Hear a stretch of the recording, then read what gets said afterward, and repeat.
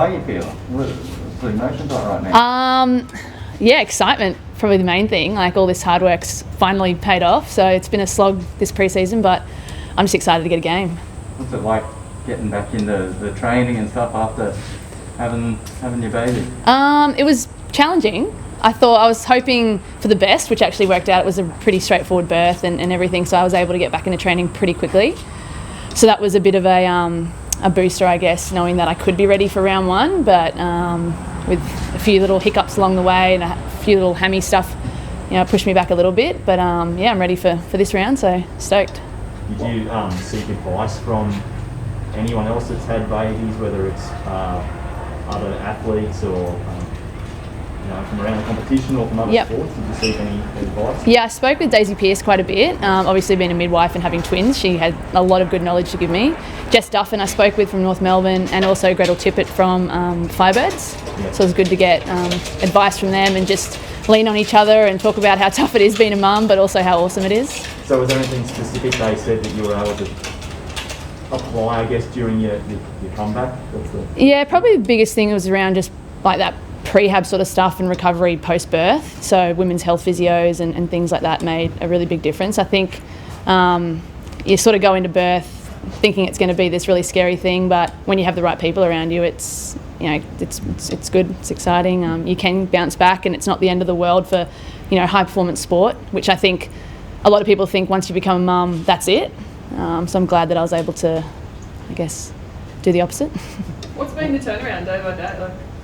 Well, obviously there's some sort of milestones that you have to meet in regards to getting back out on the track and doing high-level running and things like that. So it was sort of 3 months postpartum was when I could start running, but to start running I had to be able to do a number of tests, and whether it was jumping, running on the spot, some pelvic floor stuff. So you sort of had to tick a few boxes before you could get out, and all of that went really smoothly. And then once I started running, it was just slowly building back the load to make sure I didn't do any injuries, and because I'm still breastfeeding as well at the moment, so there's hormones and all kinds of different things that can impact the ability to get injuries a little bit easier. So it's just sort of managing loads and ticking all the right boxes to make sure that I can perform on the track.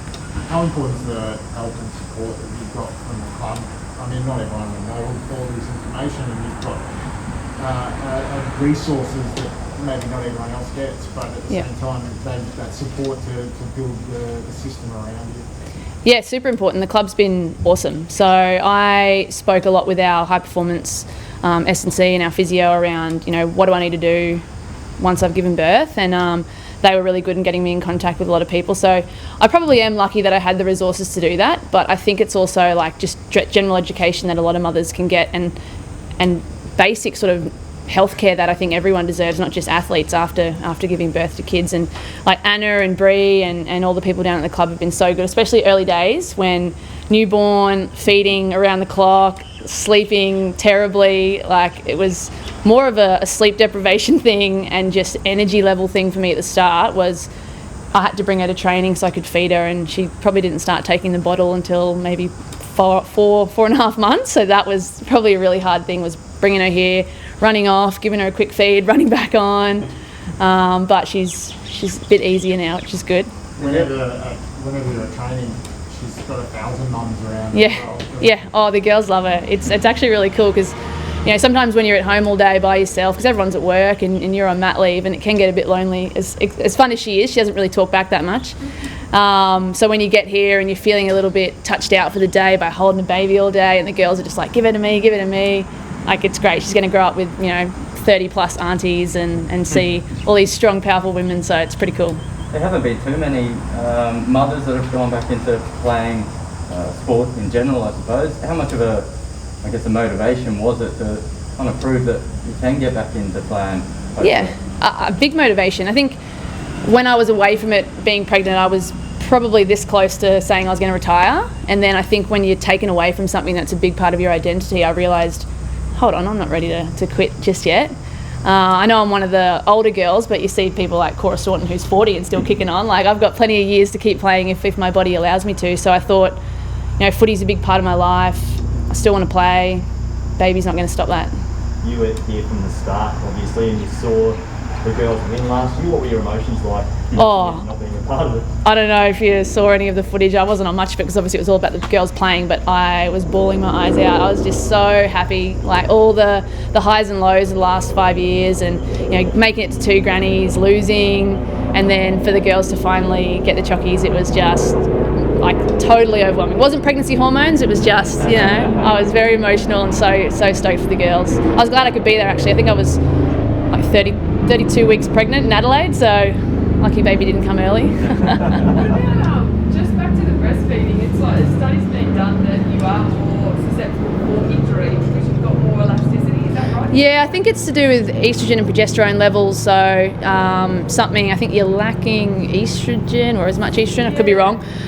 So yeah, something around just like joints and laxity in your joints and things like that. So lots of prehab, lots of pre-training preparation, but I've been pretty good. I had one little hammy niggle in pre-season, and that's kind of been it. Does that weigh on your mind though, because you're playing a full contact sport? Not necessarily, no. I think I've played contact sport for so long. At the start, I don't know if this is a bit rude for TV, but it was actually pain in my boobs from being full of milk and breastfeeding. That was the biggest challenge, not so much the muscles and the joints, but now that she's feeding better and it's sort of all settled down a bit and gone back to normal. But at the start, that was pretty challenging. It was just don't touch me or don't tackle me too much. So. Go for the leg! Yeah. And then I guess putting on the jersey, like you're going to be named, the day's finally here. You spoke about it, but the hurdle to get here, can you believe it? Yes and no. Like, I think not making the team that first round, I knew I was expecting it because I still had a bit of work to do to get myself right for coming forward with this season. With this round and round 2 plus. But getting my name read out by Craig the other day was just like, holy crap, it's here, it's happening. I kind of felt like a debutante again, even though I've played, the first 4 years and didn't miss a game. So it's super exciting to put it back on, and I just hope that I can contribute to the team like I used to, or hopefully even better. As far as the actual football itself goes, I mean, this competition's always been 1 or 2 stumbles away from completely missing finals. So you guys lost the first one. The second game doesn't happen. Suddenly you've got 2 games in 4 days. How much pressure is there on the team that they need results tomorrow and on the weekend? Yeah, it's been obviously the last couple of weeks have been the longest 2 weeks in history, not getting to play and all the little hiccups there. But at the end of the day, we're just super keen to get back out there. Having missed the last week and a half, the girls are just rearing to get out on the track. So results are obviously important. We're here to win football games. We're here to win another premiership. It's not just resting on the laurels of, well, we've got one, that's it. So every day that's what we're striving for, is to win games and make it to finals. So yeah, there's a bit of pressure, but we thrive on that, and our footy club's always been ready to kick on through adversity. So I think the girls are ready to go. I've just asked you for Maroochydore. You don't want to think too far ahead. Play Tuesday, then you go back to home ground up there. What's it like to play in front of a home crowd at Maroochydore? With, I'm sure you have plenty of family and friends. Yeah, it'll be good. It'll be exciting. So I love it up on the sunny coast, and Maroochydore is a great facility. So hopefully all my family and friends get around us, and we can get another win on the board, or get our first or second win hopefully on the board. And it'll be good to finally get a home game at Maroochydore.